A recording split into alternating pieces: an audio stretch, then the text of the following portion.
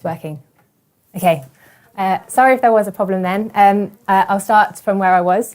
So welcome everyone. My name is Bea. I'm from the Socialist Party, which is the England and Wales section of the CWI. And I'm really excited to be chairing the rally this afternoon. In the rally, we'll be marking the 150th anniversary of the Paris Commune, which was a momentous historical event that remains rich in lessons for the struggle today. And the Paris Commune saw, for a brief but heroic few weeks, the working class take power for the first time. And in the immortal words of Karl Marx, the masses stormed heaven. So we'll shortly be hearing from each of our speakers who are going to be outlining different features of the Paris Commune, drawing out both the significance of the events which took place and their continued relevance for us today, including, as I said, the lessons for us. So I'll shortly introduce our first speaker. But just before I do, whilst there's still people joining us, I would like to plug that, of course, there is much more analysis on our website, which is socialistworld.net, including a whole series of articles on the Paris Commune. You can also follow us on our social media platforms. So we've got Twitter, which is @CWI Socialist. Our Facebook page, which you can like, is socialistworld-CWI. And we've got an Instagram account, which is @socialistworld. And I'll say those again a bit later on for those that missed them. But I think we'll be good now to go to our first speaker. So our first speaker is Cecile Rimu from the French section of the CWI, Gauche Révolutionnaire, Left Revolutionary. Cecile hopefully is ready to join us. All going well, over to you, Cecile. Hi, hey, I don't know if you can hear me. Hopefully it's fine. So the celebration of the 150th anniversary of the Paris Commune is really excited to actually be here to be able to talk about it, because it really 150 years ago it marks the first proletarian revolution really in history. I'm just going to go back quickly over what happened. Even if it's difficult to go back over it quickly, I'm still going to try. But after the defeat of Napoleon's army against Prussia in 1870, an insurrection of the Parisian masses led to the proclamation of the Third Republic on September the 4th, 1870. But because the workers were not enough organized and strong, then the worst wheel dealer of the previous regime rose to seize power. So the new government, led by Adolphe Thiers, very quickly proved to be just as anti-worker, pro-bourgeois as Napoleon's empire had been. Anger had been accumulating among Parisian workers. They had been exploited, deprived of civil rights. They had to survive under terrible conditions, under the iron heel of very arrogant bourgeois who had made colossal fortune on their backs, exploiting working men, exploiting even more working women and children. And under the siege of Paris by Prussia, terrible conditions developed, including a famine in the winter of 1870-1871. But still the Parisians refused to surrender to Prussia, and they enrolled massively in the National Guard, which got organized, armed the people, it structured itself, and it also democratized itself with the election of revocable officers and a central committee. And this worried Thiers and his government a lot, because as a representative of the bourgeois, he feared much more the working class than the other bourgeois. So on March 18, Thiers decided to seize the cannons which were on the hill of Montmartre in Paris, and this was really the straw that broke the camel's back. So the Parisian men and women refused that their arms would be taken from them because the cannons had been paid for by the people of Paris with a subscription. The troops fraternized with the insurgents, and the government, facing this insurrection, had to flee and take refuge in Versailles. And this was the beginning of the Commune Revolution. And we left without a government on March the 26th. Elections were organized, in very democratic conditions by the Central Committee of the National Guard in order to form a government of the Paris Commune. In the council which was elected, 2/3 of the members belonged to revolutionary currents, including 15 members of the International Working Men's Association, that is the first international. And on March the 28th, so exactly 150 years ago, with a huge demonstration on the square of Hôtel de Ville, the city hall, the new city government, the commune, took power. And this new form of government showed really what a true workers' power would look like. In complete opposition to Napoleon's empire and Thiers' bourgeois republic, most members of the council were actually working people. The new power was combining the legislative and the executive powers. And as Karl Marx explains in The Civil War in France, this form of government allowed to eradicate bureaucratism and corruption, because those who made the law and enforced it were actually, for the first time, the same people.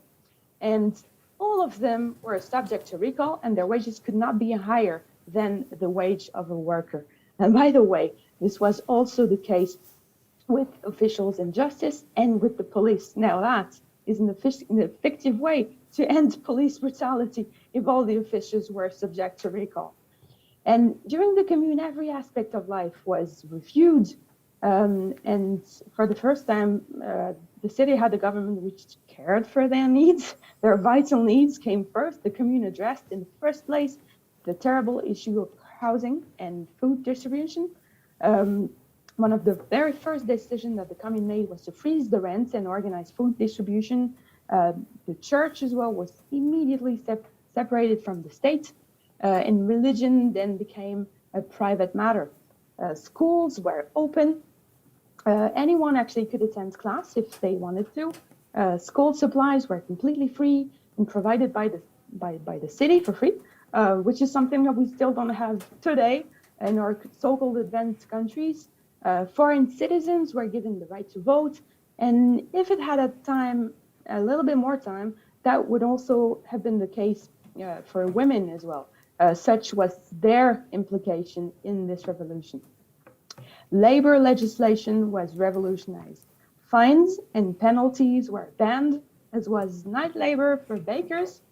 And Leo Frankel, who was a member of the Paris Commune and a member of the Workers' International as well, organized the reopening of some workshops which had been abandoned or shut down by their bosses, and set to organize a public federation of the workshops in which the workers would then elect delegates so that they wouldn't have bosses anymore. And this was an issue which was very important for female members of the International as well, especially the Marxists, even if they were not called Marxists at the time, who opposed very misogynist views of the anarchist Proudhon and others. And these women, they were particularly active to organize women and involve them into the fight for decent work and equal pay for women. And all of this actually meant that what was at stake was really the question of the working class seizing the means of production, and this especially was unbearable for the bourgeois. As Karl Marx put it, plain working men, for the first time, dared to infringe upon the governmental privilege of their natural superiors. The old world writhed in convulsions of rage at the sight of the red flag, the symbol of the Republic of Labor, floating over the Hôtel de Ville. And indeed, the government of the Commune's program is a real series of measures corresponding to a revolutionary program in the interests of workers. But its political heterogeneity, as well as its isolation, allowed Thiers' government to take back initiative. And on May 21, the offensive to take back Paris began, animated by a raw, crude desire of revenge against this revolution. And during this week of blood, which marked the end of the Commune, Thiers' army massacred all those who were found in arms, resulting in a brutal killing of 30,000 people, including women and children, who had participated in the defense of the city. and up to 40,000 people were imprisoned and or deported. And this ferocity really matched the fear that was that the bourgeois felt when they witnessed that they had actually lost power. And ever since, so after actually suppressing the revolution, they have been trying to suppress the memory of the revolution. In France today, you barely learn about the Paris Commune in class. You get to study it something like 1 hour when you're 13 years old, and then that's it. And the anniversary of the 150th anniversary is barely mentioned in the media, which is not very surprising because most of them are actually owned by billionaires, and one of them actually is the third richest man on earth. But they also have unleashed the bourgeois massive campaigns of lies and distortions against the commune. Even today, right-wing politicians in Paris, in a grotesque caricature, said that the commemoration organized by the city was about glorifying thugs who ravaged entire sections of the capital, conveniently forgetting that it was Thiers who actually bombed most of the city and slaughtered 30,000 people. And on their part, the pro-capitalist left, with the PS and their allies in the Green Party and the PCF in Paris, the Communist Party in Paris, they're doing everything they can to undermine the revolutionary significance of the Commune. One communist, PCF councillor actually said that the Commune was, and I quote, an experience of participatory democracy. How gentle. And another councillor dared say that the current PS administration was the heir of the Commune. I can't even begin to express how outrageous this is. If you look at one of the very first measures that the Commune took about freezing the rent and suspending mortgage payment, right? Well, today, there are hundreds of homeless people in Paris. And housing in the capital has never been as expensive as it is today. If you wanted to buy a 75 square meter apartment in Paris, you would have to earn more than 9 times the minimum wage. And another example is last year, the mayor participated in the benediction of the city by the Archbishop of Paris, whereas the separation of the church and the state was also one of the first things that the Commune implemented. Now, these are only a few examples of how hypocritical they are about this. But the worst might be with the government, though, because Macron, he has not made one comment about the anniversary. He's trying to be very careful because he's walking on eggshells right now, such as the discontent in France against him right now. But it's very clear that he is the proud heir of Thiers. His government actually started a procedure to classify the Basilica of the Sacré-Cœur as a historic monument. And this is outrageous as well, because this church, built on the hill of Montmartre in Paris, was built as an atonement and to assert the dominance of the bourgeois and their church over Paris, and to actually celebrate the crushing in blood of the revolution. And this classification of the Basilica as a historic monument would mean that the whole maintenance of the church would be financed by the state, that is, by the taxes of the working people. What an insult to the memory of the heroic working class and their heroic and the revolutionary pioneers of the Paris Commune. And by the way, the pro-capitalist left have not even protested it. They merely asked the government to postpone the classification after the anniversary. Macron, just after he was elected, he invited Vladimir Putin over in France with a luxurious party in Versailles, once again paid for by us. And when he was asked by the media why he had chosen this monarchy-related place, he said, and I quote, "Versailles is where the Republic had entrenched itself when it was threatened," which is a clear reference to when Thiers fled Paris in March 1871. But once again, Macron demonstrated that he is only about defending the interest of the bourgeoisie. This is the logic continuation of how repressive and authoritarian and favorable to the rich people and the bourgeois Macron's regime has been from the beginning. Since he's been in power, and even more so since the beginning of the pandemic, the only measures that he took were to ensure the capitalists that their profits were safe no matter what. Last year, in the middle of the first lockdown, so that there was no way to protest it, he made a sanitary coup in order to make it even easier for the bosses to make workers redundant, cut pay, holidays, and so on.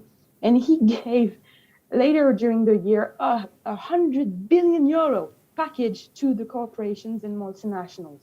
The 40 biggest French companies in 2020 have given out 28.6 billion euro to their shareholders. And for us, it's been only repression, lockdown, curfew, but no mask, no free protection available for the people, no vaccine. And actually, more hospital beds were closed last year in the middle of a pandemic. The conditions of the health sector workers and all frontline workers have worsened even more. In general, 700,000 jobs were lost last year, and poverty has been increasing and reaching now over 10 million people. And what a disaster this government's policy is. Macron's defense of capitalism all the way, at any cost, as he says, is literally criminal.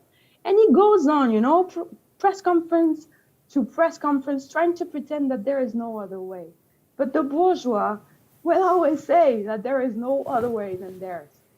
But with this anniversary, we get to study the Paris Commune, and it gives us an idea of what a workers' government could do, and what a workers' government could have done in the same situation instead of the chaos and catastrophe that this government and this system, capitalism, can only mean.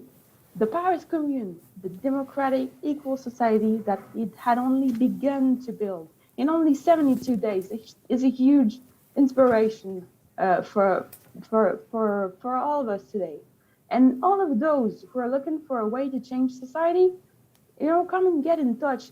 Discuss with us the lessons of these revolutionary events and what lesson can we do from it for our struggles today.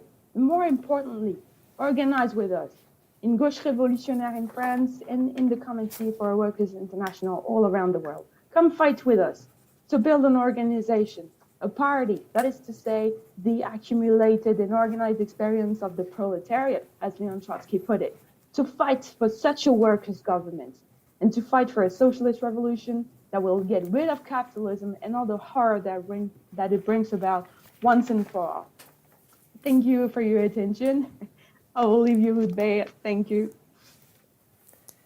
That's brilliant. Thank you so much to Cecile. An excellent start to the rally, and echoing what Cecile said at the end there, if you're not already a member of the CWI, one of our section organisations, then we absolutely want you to join with us, and you can do this by joining one of our sections. You can see all the details on socialistworld.net or contact us via our social media platforms as well.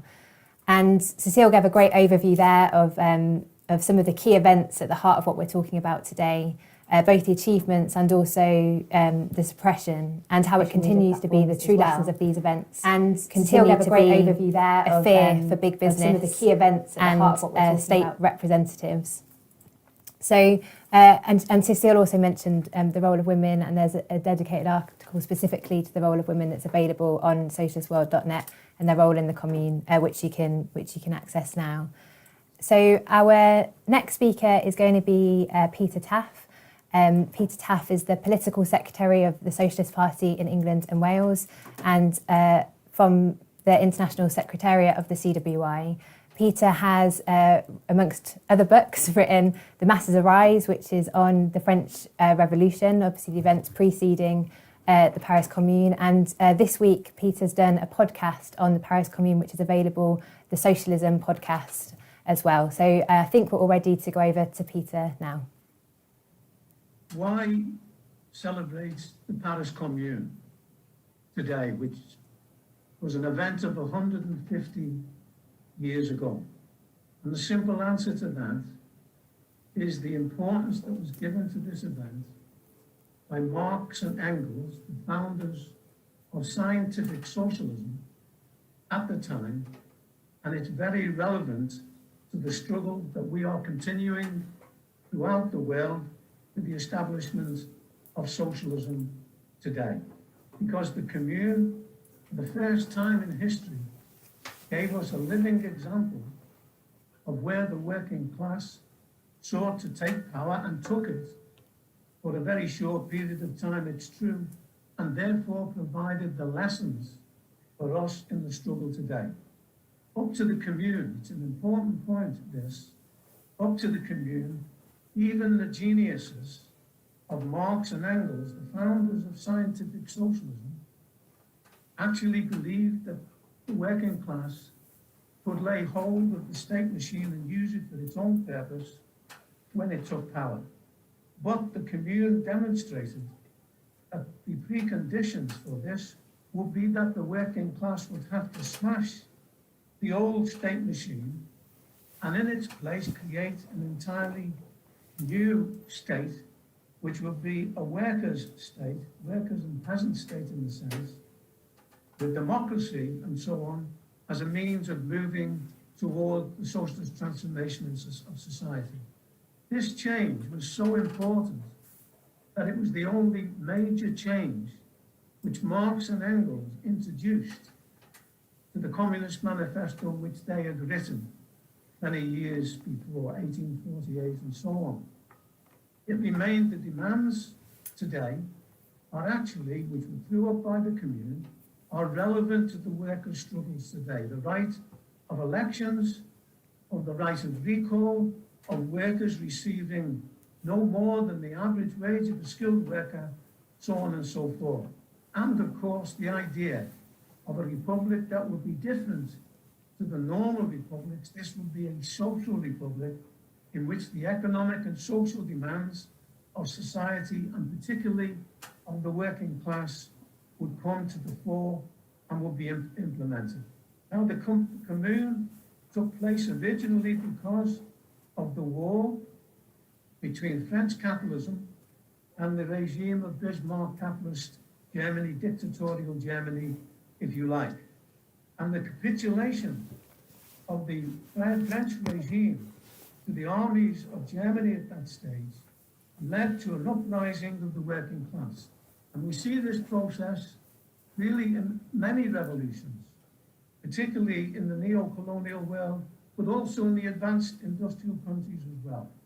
There's an old saying of Marxism that war is the midwife of revolution. But as a result of these measures, there was an uprising of the French working class who took power into their own hands. It had a colossal effect on the toilers of France, but also in what constituted the world public opinion of working people at that stage. Remember, the Commune lasted for no more than about 70 days, roughly 2 months. It was a social republic. They distinguished the republic not as a normal capitalist republic, but as a socialist republic. And the French bourgeois, or a social republic rather, but the French bourgeois fled to Versailles and organized their resistance, not to the German army of occupation, but to the French working class and the threat that was proposed, the threat that was posed to them in the formation of the Commune. They planned and schemed, and eventually, of course, after 2 months, they attacked the Commune and drowned it in blood. And if you go to France and you go to the cemetery in which this bloodletting took place, there is no memorial to the heroes, men, women, and children of the Paris Commune. Now, this movement is very relevant to the world today. The boundless courage of the French working class in fighting for a new society, of the democratic control, which I've mentioned and which other speakers have mentioned in the course of their contribution. But it's not just an historical event. We study history in order to learn from history, recognize the differences in society, and plan on the basis of the lessons of the past to give the working class the necessary political and theoretical weapons in order to conquer their opponents today and carve out a new socialist world. There are many Gallifreys, General Gallifrey, who was the butcher of the Paris Commune.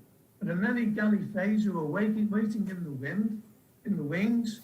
For instance, in Myanmar at the present time, look at the terrible mass executions that are taking place of the cowards of the Myanmar army. I'll say something about that in a moment. How to counter the attempts of the ruling class to smash the working class? Well, you have to acquire arms.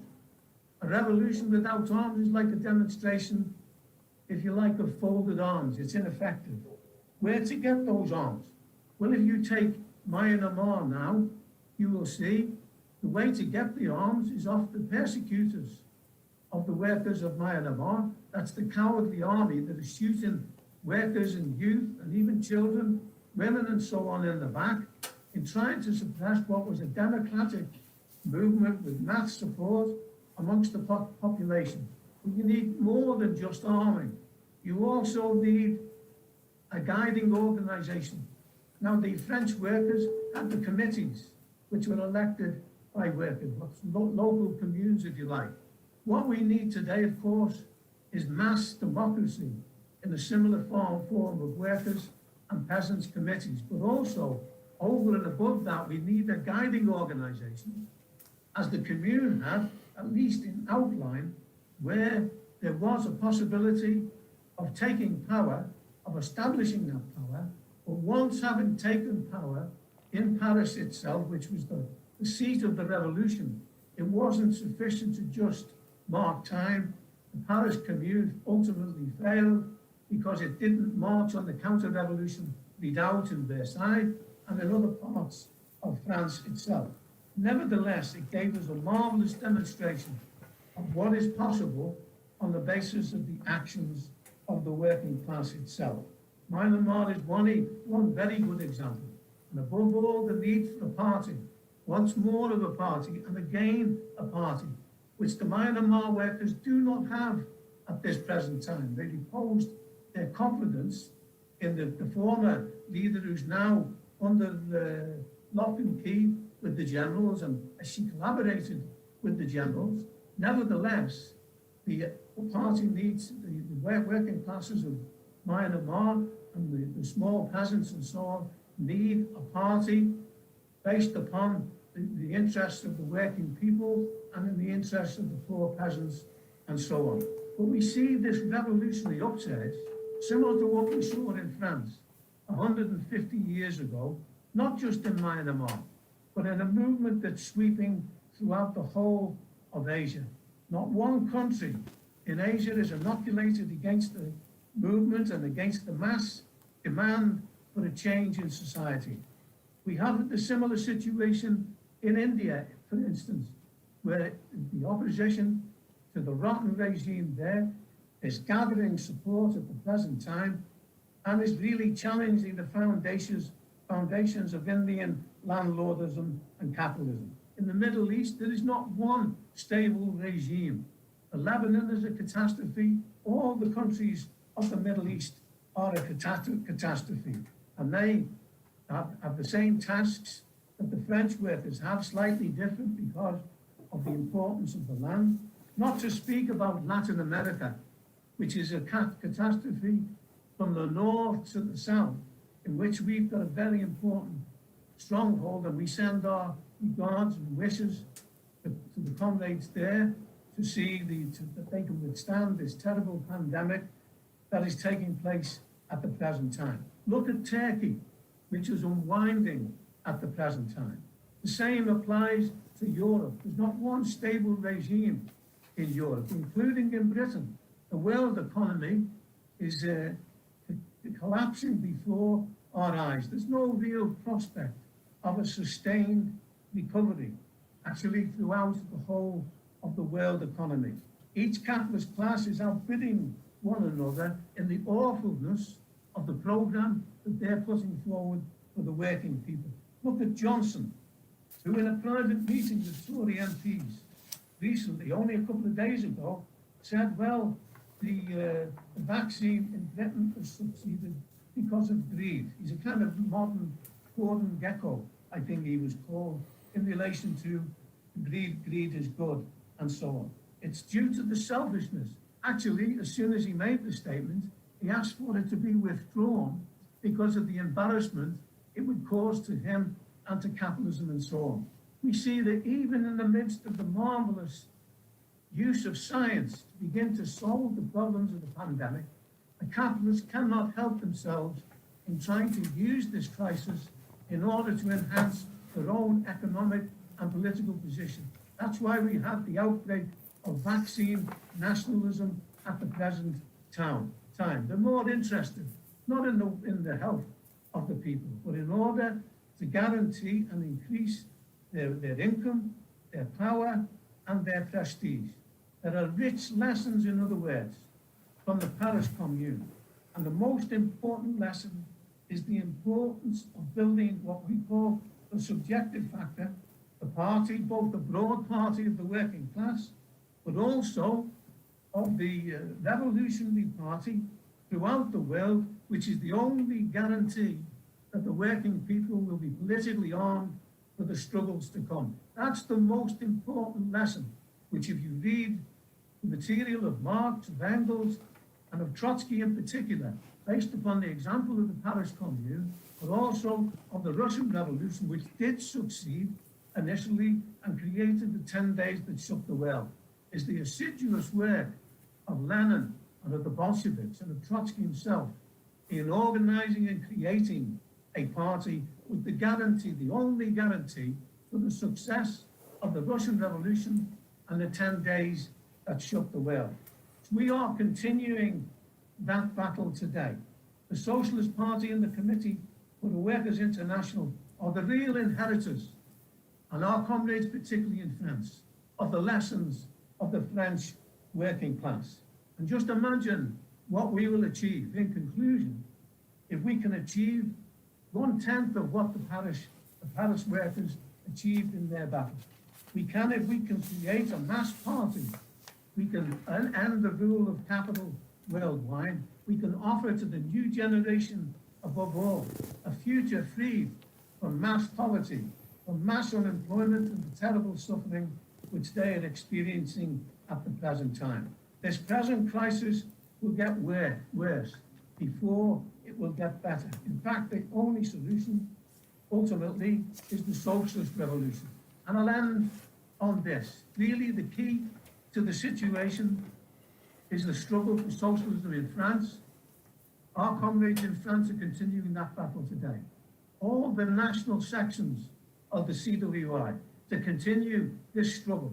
That's what this battle is all about, and that's what the lessons of the Commune teach us. If it's left to capitalism, then we will have a future of misery, untold misery and harm and suffering for the working class. When the heroic French workers, or masses rather, marched from Versailles on Paris, or marched from Paris on Versailles, they had a slogan: "Tremble, you tyrants, the people are coming." We say to the capitalist class of France and the world, tremble, you tyrants, the working class is coming. In France, in Europe, in Britain, throughout the world, in the US, and we are going to create in your lifetime, if not in mine, that's the youth who are watching this broadcast, but hopefully at the present time, to create a new socialist society here in Britain, in Europe, or the beginnings of a new socialist society, and on that basis of creating a new world for the working class. That's what our struggle is all about. So all power to our comrades in France. Greetings to all the workers who are watching this, who may be watching this in any country and every country in the world. Let's come together and build an absolutely impregnable force that can begin and complete the work of the heroic communards of 150 years ago and create socialism in your lifetime. Brilliant. You were hearing there from Peter Taff, and as I said, you can hear more from Peter on the lessons of the Paris Commune in his podcast available, Socialism Podcast, which is available on the Socialist Party website. Our next speaker is going to be Steve Hilleski. who's from the Germany section of the CWI, Seoul, and author of the book, The Paris Commune. And we're very excited to be able to have Steve with us. Hopefully, all being well, over to you now, Steve. Hello, I hope hello, I hope it's possible to hear me. Yeah, everything's great. Yeah, okay. It's very nice to be here and to speak about what's happened 150 years ago, but my English is not so well, and I'm a little bit afraid, but we will see.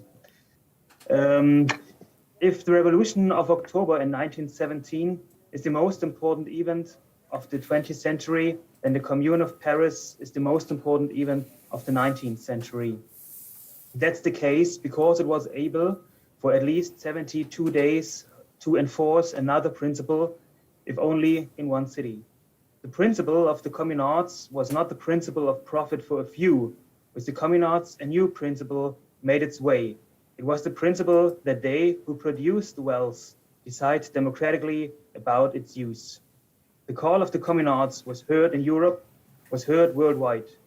During the days of the Commune, hundreds of workers demonstrated in solidarity with the communards in the London Hyde Park. Even in the new founded German parliament, the Reichstag, the bourgeois and reactionary deputies had to hear the voice of the communards. August Bebel, the chairman of the German Social Democratic Party, held under laughs and shouts one of his best speeches. During the massacre of the communards by the French army, during the last days of the Commune, Bebel said, "My dear fellows, may the aspirations of the communards be so reprehensible, even so crazy in your eyes. Rest assured, the whole European proletariat and everyone with a spark of freedom and independence in his hearts looked at Paris. My fellows, and when Paris is down-pressed at the moment, I want to remind you that the fight in Paris is only a small skirmish, that the main battle is still waiting for us in Europe. And before 10 years go over, the battle cry of the working class in Paris will be the battle cry of the whole European working class. Peace to the huts, war to the palaces." Bebel spoke these words months after he and Wilhelm Liebknecht were arrested. They were arrested because of their fight against the war between Germany and France. The ruling classes of both countries wanted to conquer the leading position in Europe. Thousands of workers had to die in this war.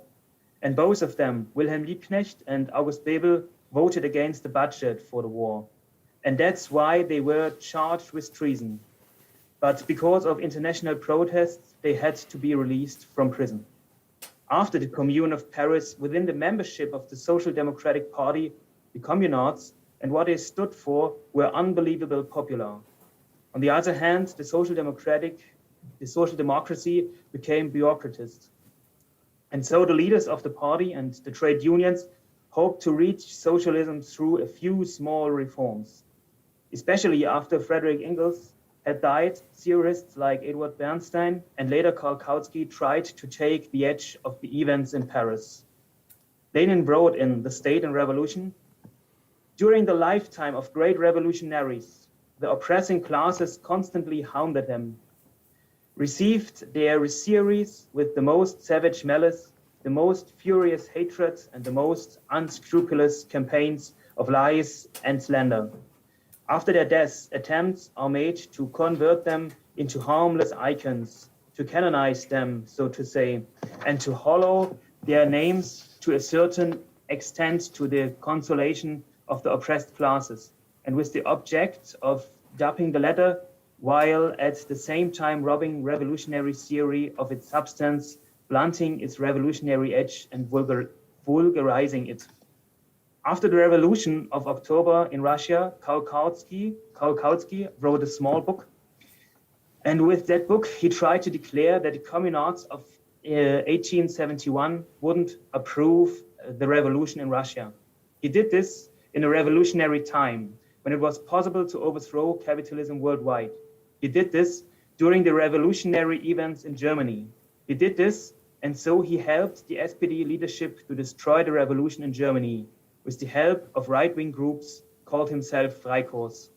He, Karl Kautsky did this at a time when a group of surviving communards made its way to Russia and bring Lenin the flag of the communards. And they did this because Lenin stood for the revolution in Russia. They traveled to Russia because they understood that the principles of the communards were the principles of the revolution in Russia too. They did this because they felt that the revolution in Russia was the continuation of the Commune of Paris. And this was the case because Lenin took the lessons from the revolutionary events in Paris. These lessons were quite numerous, so it would be difficult to name them one by one. Also, each of them would be worth it because they lost nothing of their actuality. For most, the communards showed that it's not the rich, the ruling class, that is needed to keep the society running. Also, it is still asserts until today. Lavrov, one of those who were there, later told about the days of the communards managing Paris. The communards did this job much better than the civil servants before. Why? Because of their principle.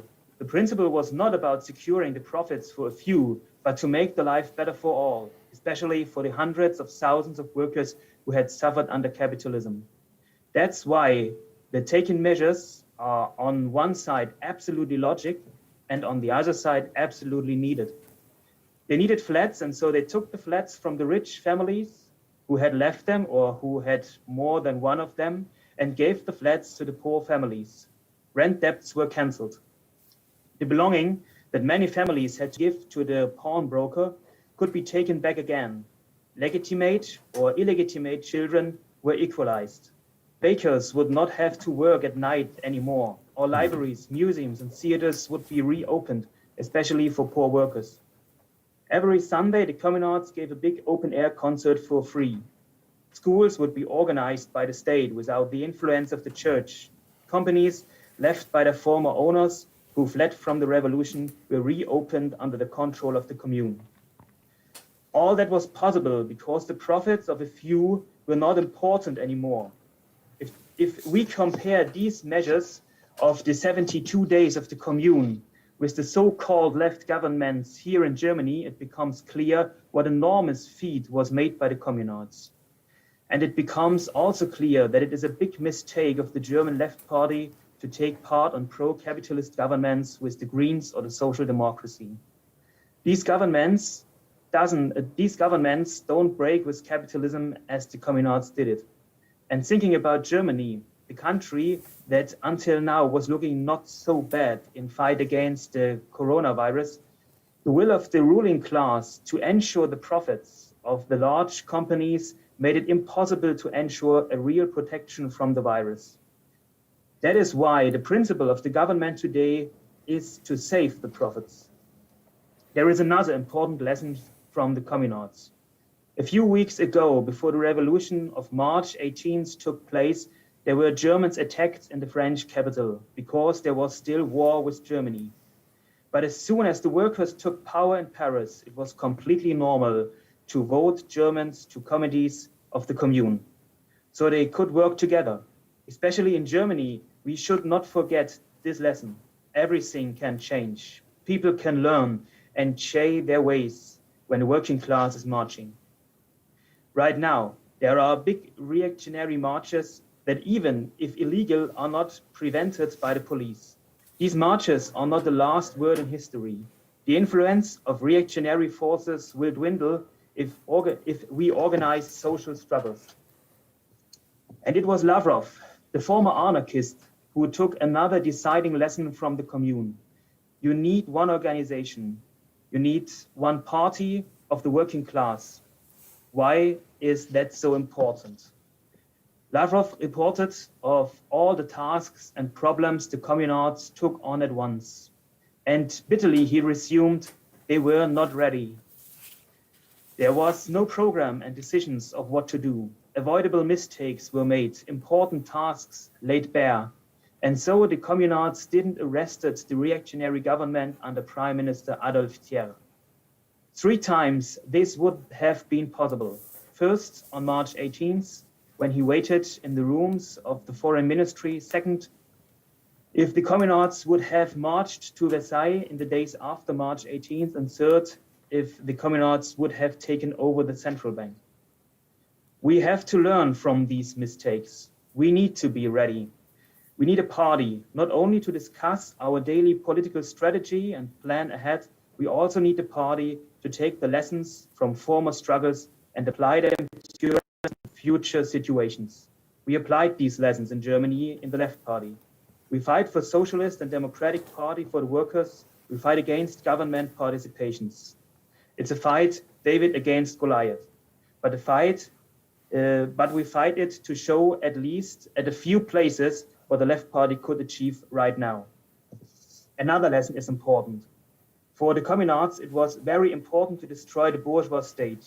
On March 18th, Thiers gave order to send the whole administration to Versailles. Paris should be starved. But the communards built a state for their own interests. Deputies were always votable and accountable and received a normal worker's wage.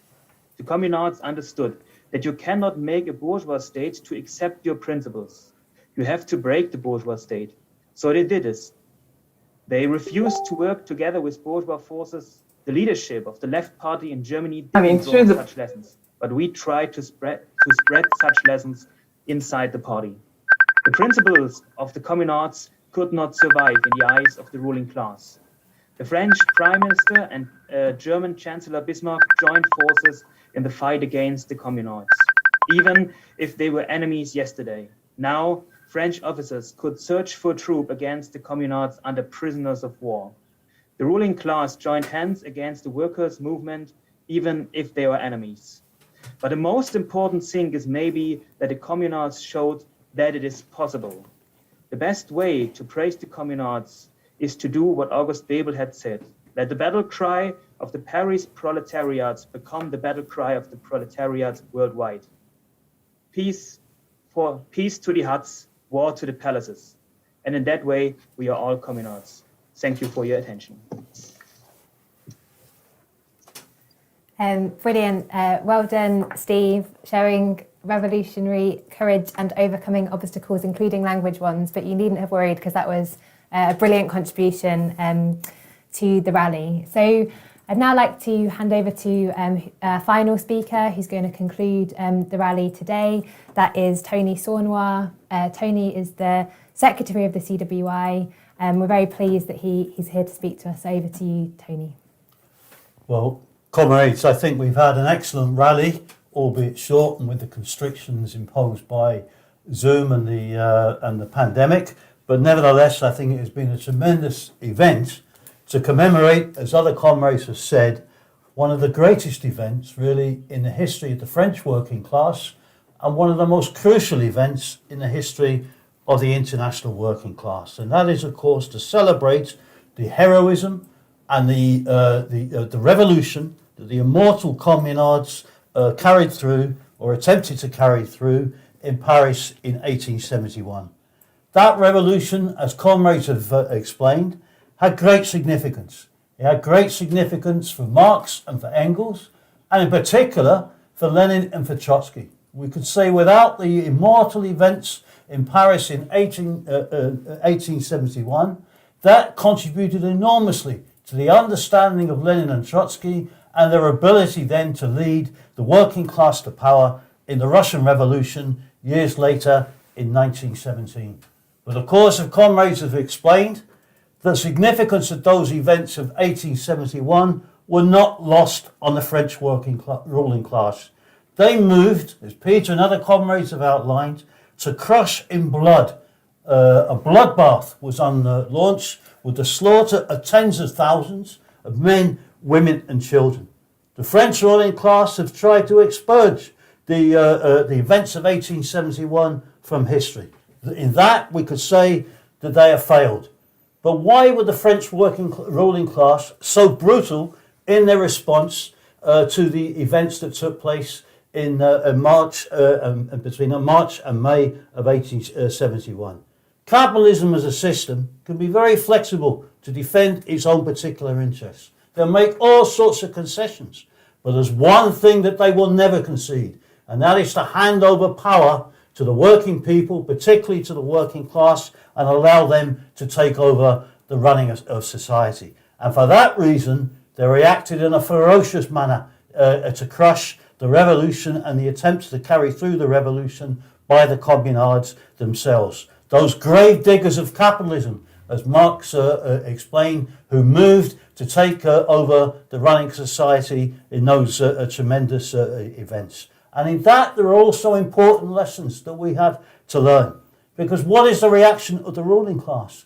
Any attempt to carry out half a revolution, even to conclude a revolution and then not be able to consolidate it, will lead the ruling class the facility and the opportunity to move, to seek revenge and to crush it, to eliminate the example that those upheavals can give to the working class to take over the running of society itself. And we've seen that many times in history. The half revolution in Chile between 70 and 73 was drowned in blood. We saw because the revolution in the Spanish Civil War, the marvellous attempts for the Spanish working class to take power there to conclude the revolution, because of the tragedy of leadership, was then drowned in blood, and the Spanish workers has to endure the rule of the fascist regime of General Franco. We see today the revolutionary movements, as Peter outlined, in Myanmar, how they threaten the regime and how it's responded to try and to defend its interests with the brutal repression on Saturday and the killing of over 100 people in protests, which has echoes of Tiananmen Square, actually, in terms of what that vicious regime has been prepared to carry through. But nevertheless, as we've heard already, between March and May, 72 days, the masses in Paris were able to storm heaven. And what were the results of that? And I think it's important that we also should see that those events, the taking of power in March, did not just drop from the sky. It was the product of the horrific conditions which were existing. It was the product of the war. It was also unleashed a whole period prior to the actual commune itself being established, of a political debate taking place amongst the masses, of mass political meetings, of local communes and committees being formed to attempt to organise different aspects of the struggle. And nevertheless, they were successful. We saw that the old state fled or was driven out as the commune was declared itself. And really, as Lenin commented, the events that they carried through, which the other comrades have already commented upon, particularly the election system of the commune itself, elections of all officials, subject to recall, receiving no more than the average wage of a worker, all of those, in a certain sense, became the template for the future revolutions of the proletariat, and particularly of what was carried through in Russia in 1917. The disbandment of the army, where the National Guard in Paris, in effect, became an armed people. And as we've seen, as Comrade Steve and others have commented, the incredible, in such a short space of time in an era, the programme that was carried through, the moratorium on rents, the requisition of unoccupied properties, the introduction of a minimum wage, the abolition of the night work for bakery workers, for child labour to be abolished, for votes for women to be introduced. And by the way, following the counter-revolution, while the communards brought in votes for women in 1871, let's remember that under capitalist France itself, women never conquered the vote until 1947, before that was conquered.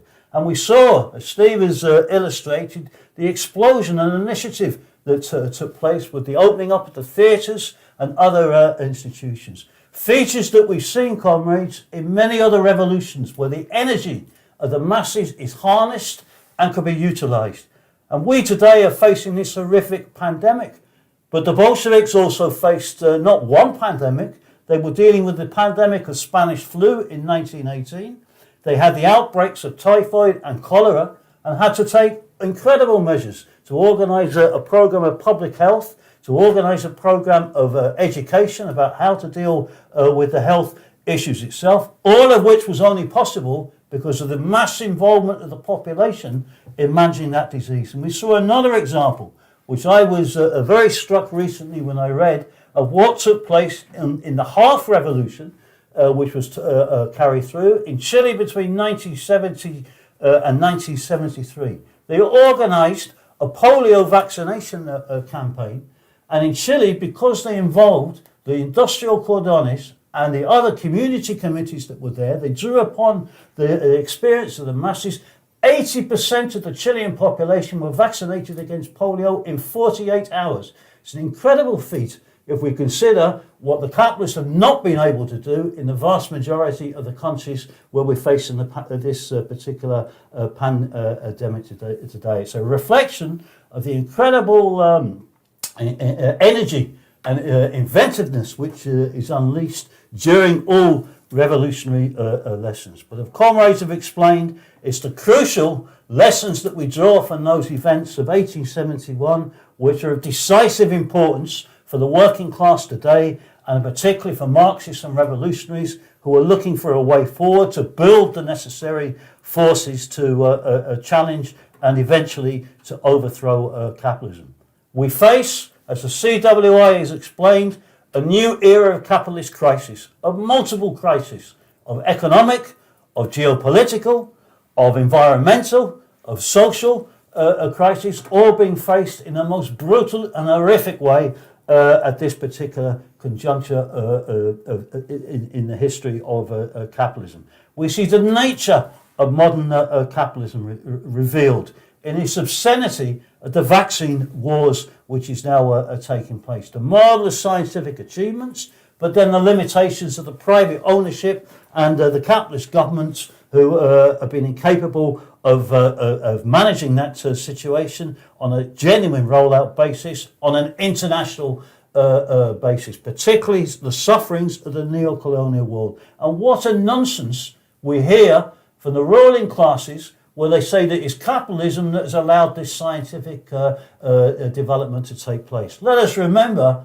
that even the AstraZeneca vaccine, which has been rolled out, £1 billion of public money were given to AstraZeneca to undertake that investment as well.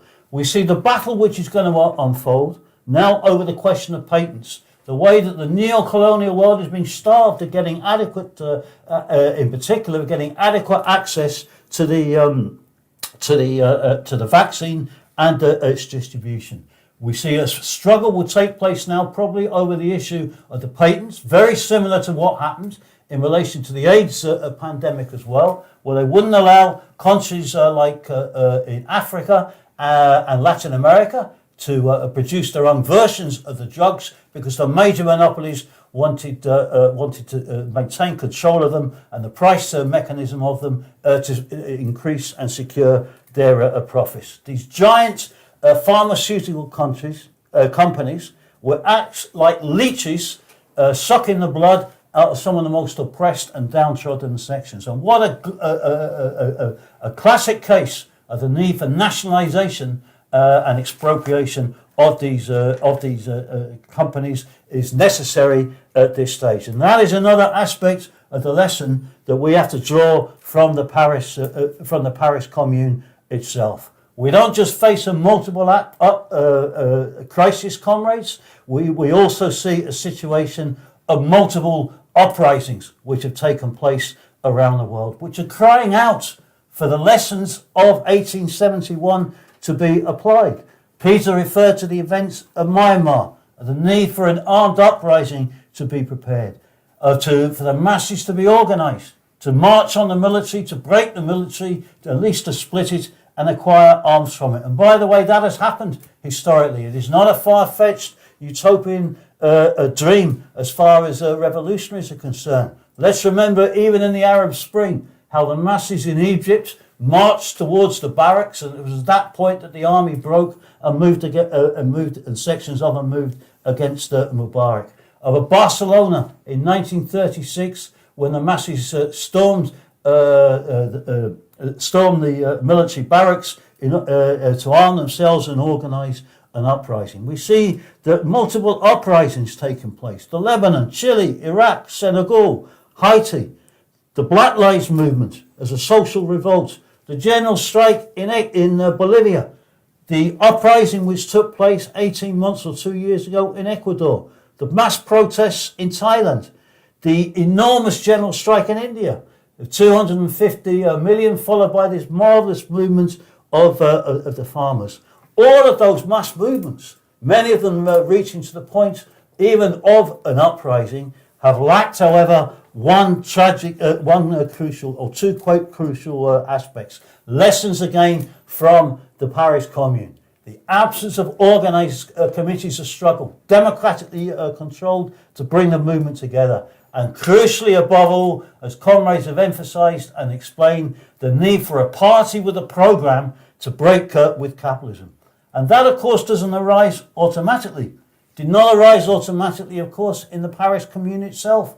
There were all sorts of debates, mistakes, as comrades have outlined, of hesitancy in relation to dealing and marching against the Thiers government by not marching on Versailles. You can see all of the debates that were taking place, even about economic policy. You know, Proudhon, who argued for people's cooperatives as a means of acquiring the means of production, to establish a just market, a sort of faint echo, really, of what we have argued by some of the left today, of the utopian dream that maybe through some partial state intervention or cooperatives, we can establish a bit more of a humane form of capitalism. The question of nationalisation of the banks, or taking over the Bank of France, which unfortunately was not done by the communards as well. All of those lessons we have to draw out for their application to the day, for the nature of this crisis, of this era of revolution and counter-revolution that we have seen unfold in the course of the past period, and it is going to intensify over the course of the period that we are now going into. The global crisis that capitalism face is pouring down on the shoulders and the backs of working men and women around the world, an horrific situation. The desperate need for the lessons of the Paris Commune to be drawn and grasped is of crucial importance. And not least within that is, of course, the question of the need for a socialist alternative and an international alternative. They failed to bury the Paris Commune, the memory of it. They tried, particularly in France. I was struck a couple of years ago during one of the French railway worker strike when I saw a placard was carried by some on a railway workers demonstration. We don't want a 1968, we want an 1871, which was very illuminating. I mean, maybe we would say we would quite like a 1968 actually, but nevertheless the point they were making about they wanted to go a lot further forward and to smash the state and to move towards taking power. But we have to draw from that. We stand on the shoulders of the communards. We draw the lessons of it, and above all, as Steve has indicated, also the need for an international programme to defeat capitalism globally. Let us remember some of the slogans that were raised during the course of the Paris Commune itself. As one of the slogans put forward during that movement was that the flag of the Commune is the flag of the World Republic. In other words, they were driving towards the idea of an international appeal, particularly to those in Germany, of internationalism. And of course, we would stand in solidarity with that and drawing out the lessons of this, the need to look to the future, be confident about the masses moving into a struggle. But our task now is to intervene to assist them in drawing the conclusions of the Paris Commune and how these current movements can be taken forward by building a real fighting socialist alternative in each country and building a combative revolutionary organisation international, the outline of which the Committee for Workers International is attempting to do. So we urge comrades to join us in celebrating and remembering these incredible events of 1871, but in particular draw the conclusions of what is necessary today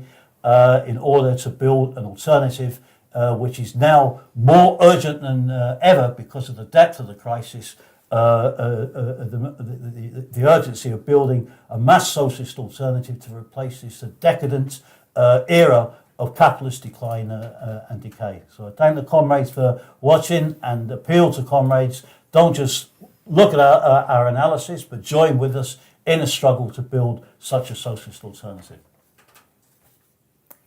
Absolutely. Thanks, Tony. And that concludes today's rally. But as I said earlier, for more analysis, then go to our website, socialistworld.net. That's also where you can find a list of the sections of the CWI for you to join in your area or contact us to discuss further. Please follow us on our Twitter, at CWI Socialist, like our Facebook page, Socialist World-CWI. You can follow us on Instagram at Socialist World, and all of our streams are available live and to watch after on our YouTube channel, which is CWI Media.